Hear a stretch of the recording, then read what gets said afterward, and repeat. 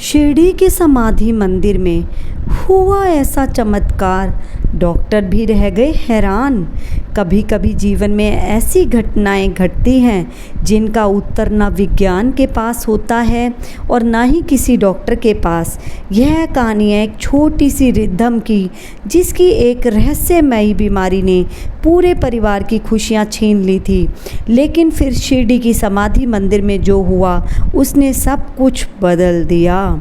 साईं बाबा की महिमा अपरंपार है। वे अपने भक्तों की पुकार सुनते हैं और सही समय पर उनकी सहायता अवश्य करते हैं।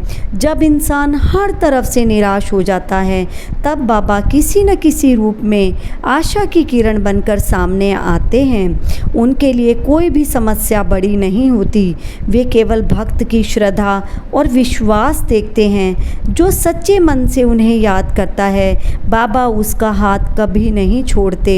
उनकी कृपा से असंभव भी संभव हो जाता है और दुखों से भरे जीवन में खुशियों का प्रकाश फैल जाता है।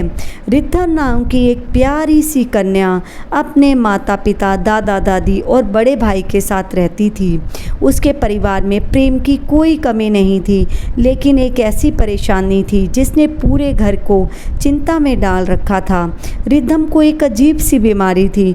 लगभग हर घंटे के बाद वह अचानक बेहोश हो जाती थी। कभी कभी खेलते खेलते, कभी पढ़ते पढ़ते, कभी खाना खाते खाते उसकी आंखें बंद हो जाती थी और वह मूर्छित होकर गिर पड़ती। उसके माता पिता उसे बड़े बड़े अस्पतालों में लेकर गए। अनेक डॉक्टरों से सलाह ली, ढेरों जांचें करवाई, लेकिन कोई भी यह नहीं समझ पाया आखिर रिद्धम को क्या हुआ है। धीरे धीरे परिवार पूरी तरह निराश हो गया। रिद्धम की माँ रात भर जाग कर रोती थी। पिता अंदर ही अंदर टूट चुके थे। दादा दादी अपनी पोती के लिए रोज प्रार्थना करते थे और उसका भाई हर समय उसकी चिंता में रहता था। एक दिन रिद्धम की माँ की एक सहेली उनके घर आई। वह साईं बाबा की परम भक्त थी और अक्सर शिरडी जाया करती थी। उसने कहा, जब सारे रास्ते बंद हो जाएं, तब साईं बाबा का दरवाज़ा खुला रहता है। एक बार रिद्धम को लेकर शिरडी जरूर जाओ। उसकी बात सुनकर परिवार के मन में आशा की एक नई किरण जागी और कुछ दिनों के बाद वे रिद्धम को लेकर शिरडी पहुंच गए। जब पूरा परिवार साईं बाबा के समाधि मंदिर में प्रवेश कर रहा था, तब उनके मन में बस एक ही प्रार्थना थी, बाबा हमारी बेटी पर कृपा कर दीजिए। लेकिन जैसे ही रिद्धम ने साईं बाबा की दिव्य मूर्ति को देखा, वह अचानक से बेहोश होकर ज़मीन पर गिर गई। यह देखकर उसकी माँ घबरा गई। आंखों में आंसू भरकर वह बोली, बाबा हम इतनी उम्मीद लेकर आपके दरबार में आए थे, आपकी समाधि के सामने भी मेरी बेटी बेहोश हो गई। पूरा परिवार निराश हो गया। कुछ देर बाद रिद्धम को होश आया, लेकिन इस बार उसके चेहरे पर एक अद्भुत शांति थी। वह मुस्कुराते हुए बोली, मम्मी मैं ठीक हूँ, मुझे कुछ नहीं हुआ, मैं बाबा के पास बैठना चाहती हूँ। उसकी बात सुनकर सभी हैरान रह गए।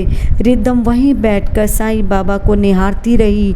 1 घंटा बीत गया और दूसरा घंटा, लेकिन आश्चर्य की बात यह थी कि उसे एक बार भी मूर्छा नहीं आई। वह लगातार बाबा की ओर देख रही थी, मानो उनसे कोई मौन संवाद कर रही हो। कुछ समय बाद उसने अपनी माँ से कहा, मम्मा जब मैं बेहोश हुई थी, मुझे ऐसा लगा जैसे बाबा मेरे सामने खड़े हैं। उन्होंने कहा, बेटी चिंता मत कर, मेरा आशीर्वाद हमेशा तेरे साथ है। यह सुनकर उसकी माँ की आंखों से आंसू बह निकले, लेकिन इस बार वे खुशी के आंसू थे। उस दिन के बाद रिद्धम की ज़िंदगी बदल गई। वे पहले की तरह स्वस्थ रहने लगी और परिवार का विश्वास साईं बाबा में पहले से भी कहीं अधिक दृढ़ हो गया। साईं बाबा अपने भक्तों को कभी अकेला नहीं छोड़ते। वे हर सच्ची पुकार सुनते हैं। जहाँ दुनिया हार मान लेती है, वहाँ बाबा कृपा का नया मार्ग खोल देते हैं। उनकी शरण में आने वाले को श्रद्धा, सबूरी और विश्वास का अमूल्य उपहार मिलता है। जो सच्चे मन से बाबा को याद करता है, बाबा उसके जीवन में किसी न किसी रूप में अपनी कृपा अवश्य बरसाते हैं। आप सभी को मेरी ये वास्तविक घटनाएं कैसी लग रही हैं मुझे ज़रूर बताएं और आप अपना प्रेम और सहयोग मुझे इसी तरह से देते रहें ताकि मैं अपने बाबा की वास्तविक घटनाओं से आप सभी को अवगत कराती रहूं। ओम साईं राम।